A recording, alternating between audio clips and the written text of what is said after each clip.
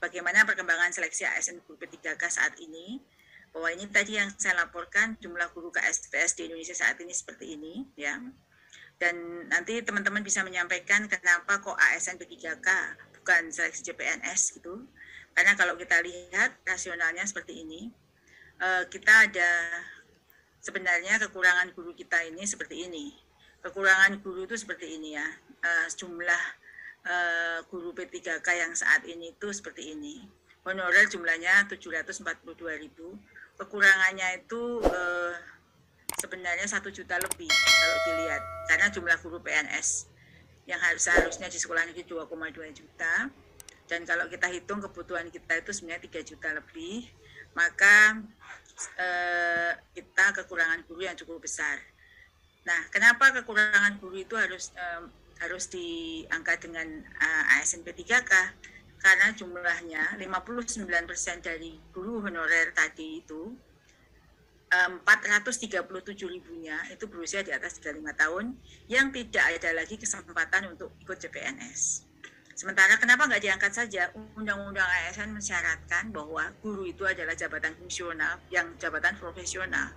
Untuk mengangkat jabatan profesional itu harus melalui tes, tidak bisa diangkat seperti begitu saja. Itu sudah diatur dalam undang-undang. Jadi kalau kita mengangkat begitu saja seperti tuntutan para guru honorer itu melanggar undang-undang yang ada. Dan itu tentu Kemenpan RB sangat tidak setuju dengan hal ini. Dengan data ini yang 59%-nya adalah di atas 35 tahun, maka rekrut guru P3K dianggap sebagai kebijakan yang paling berpihak pada guru honorer sekolah negeri. Karena setelah mereka menjadi ASN P3K, maka mereka mempunyai hak-hak sebagai ASN, seperti penilaian kinerja, penggajian, tunjangan, pengembangan kompetensi, penghargaan, dan serdiknya pun akan dihargai sebagai guru profesional. Dan jika sudah lulus menjadi P3K tapi masih usia di bawah 35, tetap dapat melamar menjadi formasi PNS. Jika dibuka, ya harus mengundurkan diri terlebih dahulu. Nah, sekarang lini masanya seperti apa? Tadi saya sampaikan bahwa seharusnya itu ujian kompetensi itu di tanggal besok 30. Namun kami sudah berkirim surat memberitahu kepada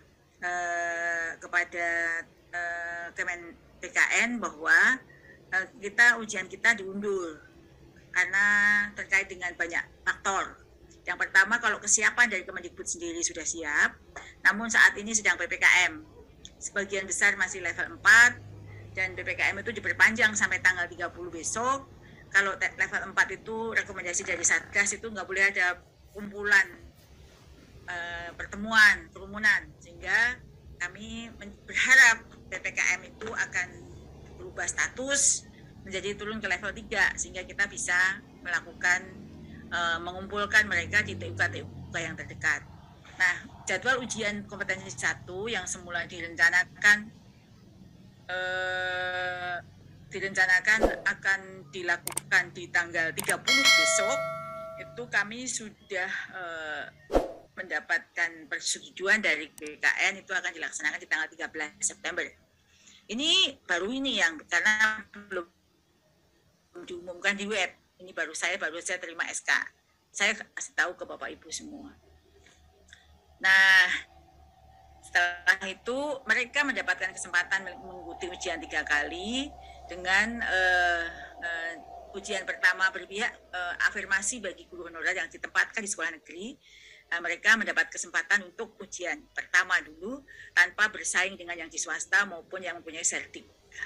Saat ini formasi kita sebenarnya dibutuhkan 1.200.000, namun daerah hanya mengusulkan sejumlah 506.000 saja.